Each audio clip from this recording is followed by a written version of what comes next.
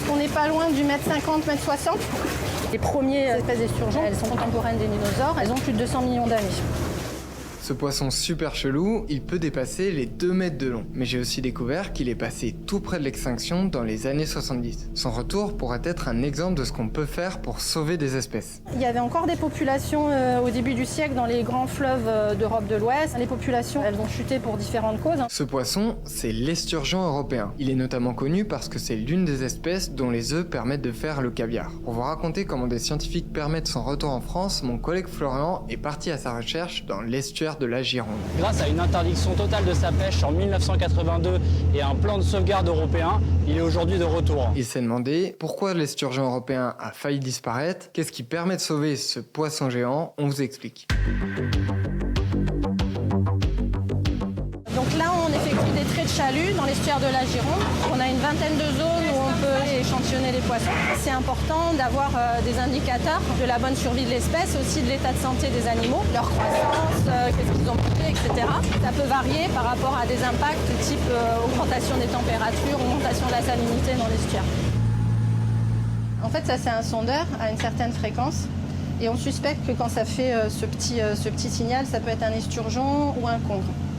C'est un écho en fait de la vessie natatoire. Il y en a un ?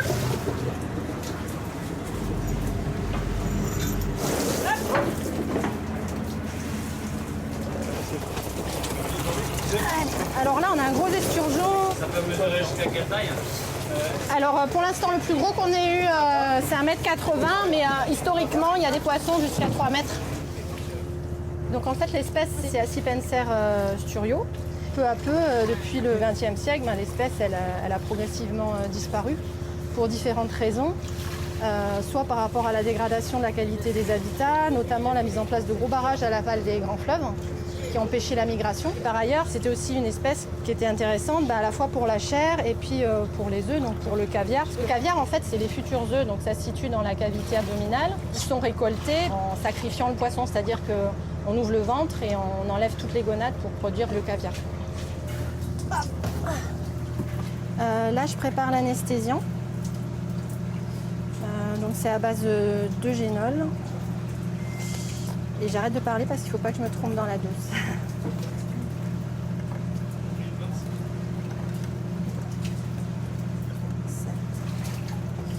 Donc ça permet de l'endormir doucement pour pas qu'il bouge, pour qu'il soit bien calme quand on le manipule. Après, tous les prélèvements qu'on va faire, comme les prélèvements génétiques, qu'on connaît théoriquement ses parents, en faisant une analyse des nageoires, on va retrouver qui étaient ses parents. Donc quelle année il a été lâché et à quel stade. Au vu de sa taille et au vu du faible nombre d'individus qui seraient sauvages, qui seraient nés en 1994, au vu de sa taille, ça ne peut pas être un individu sauvage. A priori, il n'est pas marqué, donc ça veut dire que c'est un poisson qu'on a lâché soit au stade larve, soit au stade juvénile de 3 mois. Entre 2007 et 2015, il y a eu plus d'1,7 million d'individus relâchés aux différents stades, donc larve, 3 mois, 1 an et puis un petit peu plus. Donc on est passé d'une très faible population, donc avec eux quelques rares géniteurs qui pouvaient être observés en mer, à une population qui est peut-être entre 5 et 10 000 individus. Les mâles, ils ne sont pas matures avant une douzaine d'années et les femelles avant 16 ans. Il faut leur laisser le temps d'arriver au moins à cet âge pour se reproduire. Et il y a beaucoup de pressions qui peuvent impacter ces espèces longévives et de plus migratrices. Donc 10h22 dans l'anesthésique.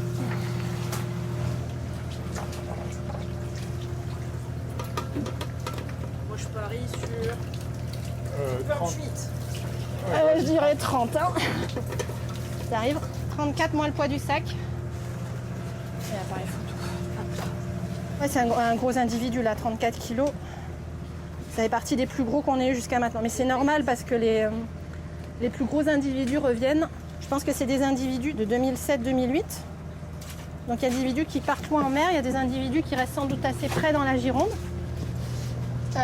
et qui reviennent manger un petit peu dans l'estuaire.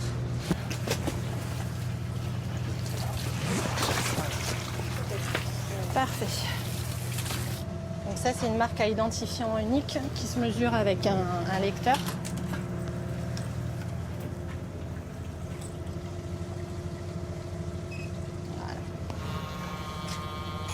Puis au niveau externe, c'est un identifiant qui est plus destiné s'il y a une capture accidentelle pour que la personne qui va repêcher le poisson puisse nous donner son numéro. La pêche est interdite, mais par contre, il peut y avoir la capture accidentelle en fait. Et là, les pêcheurs doivent relâcher les individus et les déclarer. Et en les déclarant, ils peuvent nous donner des infos comme la longueur de l'individu, la localisation GPS du poisson, ce qui nous permet de compléter un petit peu les trajectoires de vie de ces individus. Il est vraiment en danger critique d'extinction, donc il est vraiment sur toutes les listes rouges, les directives européennes, convention de Berne, convention OSPAR, donc il est vraiment au maximum de ce qu'on peut faire en termes de protection. On va prendre un petit bout de nageoire ici.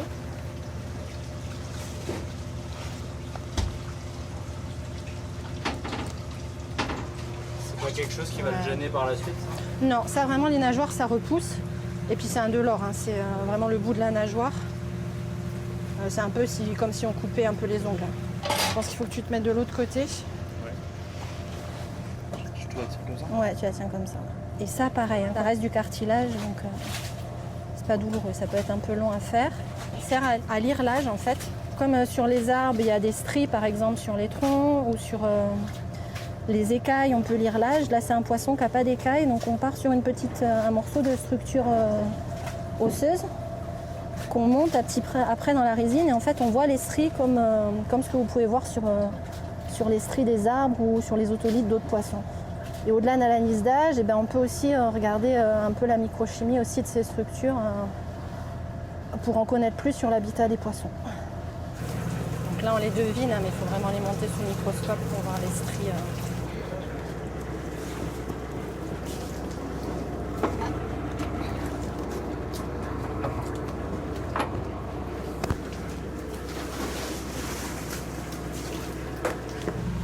Donc là, on va le ou la relâcher parce qu'il commence à être bien réveillé.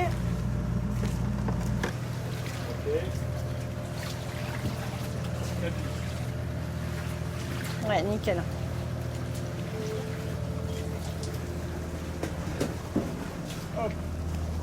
Là, on est au mois de septembre, donc je pense qu'il vient manger dans l'estuaire. Et pour repartir un petit peu grossir, donc c'est un poisson qui potentiellement peut revenir l'année prochaine se reproduire. Que c'est en bonne voie, que tout le monde a fait un maximum de choses pour que l'espèce soit sauvée, mais ça ne veut pas dire qu'il faut relâcher les efforts, parce que c'est une espèce qui va se reproduire tard. Donc il va falloir être patient et on croise les doigts là, pour les 2-3 années qui viennent, en espérant de voir les premières autres naturelles. Un grand merci à Florian pour ce reportage qui m'a vraiment appris pas mal de trucs. N'hésitez pas à liker la vidéo si elle vous a plu ou à nous dire ce que vous avez pensé de ce reportage en commentaire. Dimanche prochain à 11h, je vous présenterai un animal encore plus chelou. Et je vous dis à bientôt.